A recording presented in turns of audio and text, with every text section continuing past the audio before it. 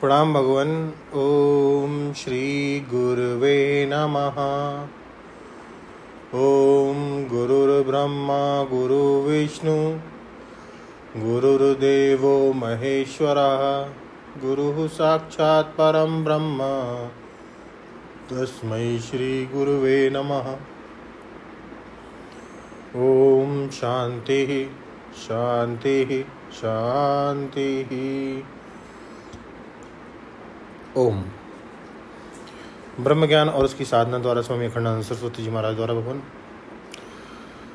स्वामी जी मयि चानन्य योगेन भक्ति अव्यभिचारिणी की व्याख्या कर रहे थे। स्वामी जी कहते हैं कि वेदांत की दृष्टि से इसका मैं अर्थ बताता हूँ कि क्या आप यह अनुभव करते हैं कि मैं संपूर्ण जगत का अभिन्न निमित्त उपादान कारण हूँ। प्रश्न यह है कि जो मिट्टी है, पानी है, आग है, हवा है, आसमान है, यह जो देश काल और वस्तु के रूप में फैली हुई सृष्टि है, इसको बनाने वाला कुम्हार भी मैं, और इसके रूप में बनने वाली माटी भी मैं, अभिन्न निमित्तोपादान कारण मैं हूँ। यह अनुभव आप कैसे करते हैं कि जरा उस अनुभव की प्रक्रिया बताइए। नास्तिकता की कोई दवा नहीं है, मूर्खता की कोई दवा नहीं है।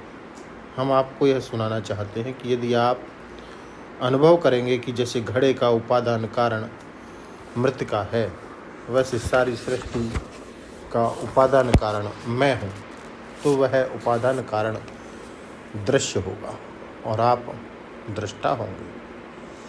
दृश्य से दृष्टा न्यारा होता है। यदि आप भावना भी करें कि मैं जगत का कारण हूँ, तो जगत कारणाकार जो वृत्ति बनेगी, उस वृत्ति के आप दृष्टा ही रहेंगे। कभी भी आप अपने को जगत का अभिन्न निमित्त उपादान कारण अनुभव कर नहीं सकेंगे। अच्छा, यह सोचो कि मैं निमित्त कारण हूँ, मैं सृष्टि बना रहा हूँ, मैं कुम्हार के रूप में बैठा हूँ, प्रजापति के रूप में या सगुण ईश्वर के रूप में बैठा हूँ और सृष्टि बना रहा हूँ। तो जो बनाने की क्रिया कर रहा है वह तो दृश्य है, आप उसके दृष्टा हैं। दृश्य रूप उपादान और दृश्य रूप निमित्त, इन दोनों से आप पृथक होंगे और एक के विज्ञान से सर्व विज्ञान की वेदांतोक्त प्रतिज्ञा पूरी नहीं होगी।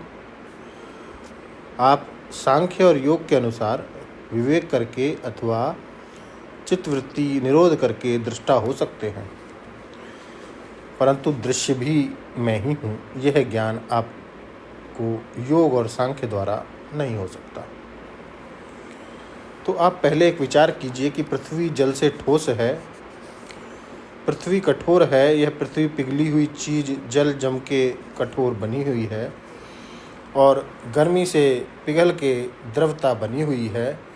तो अग्नि से जल बना है और वायु के घर्षण से उष्णता बनी है और गति बनी है। अवकाश में, आकाश में गति, गति में घर्षण से उष्णता और उष्णता में द्रवता और द्रवता के जमने से कठोरता।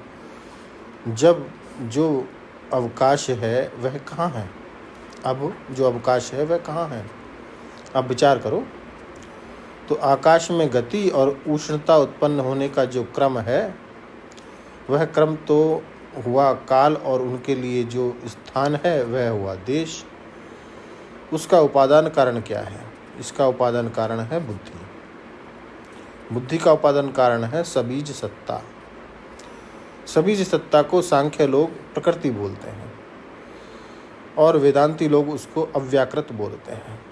माने व्याकरण के पहले जो धातु का रूप है वह अव्याकरण है।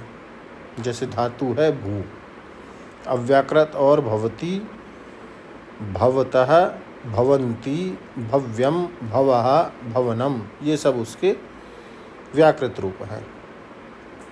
विशेष आकृति है। एक धातु से विशेष आकृतियाँ निकल आईं।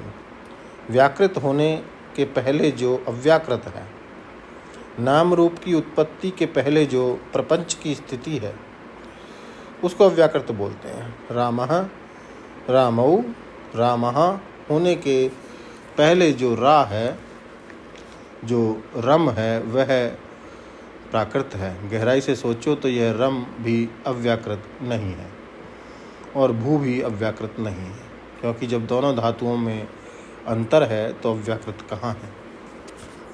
व्याकरण ने ही यह निर्णय किया कि यह रम धातु है, यह भू धातु है। धातु पाठ भी तो व्याकृत ही है।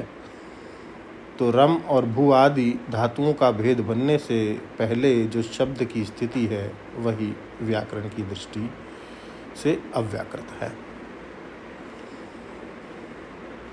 अब व्याख्या को और आगे बढ़ाएंगे भगवान अगले सत्संग में। ओम शांति ही शांति ही शांति ही।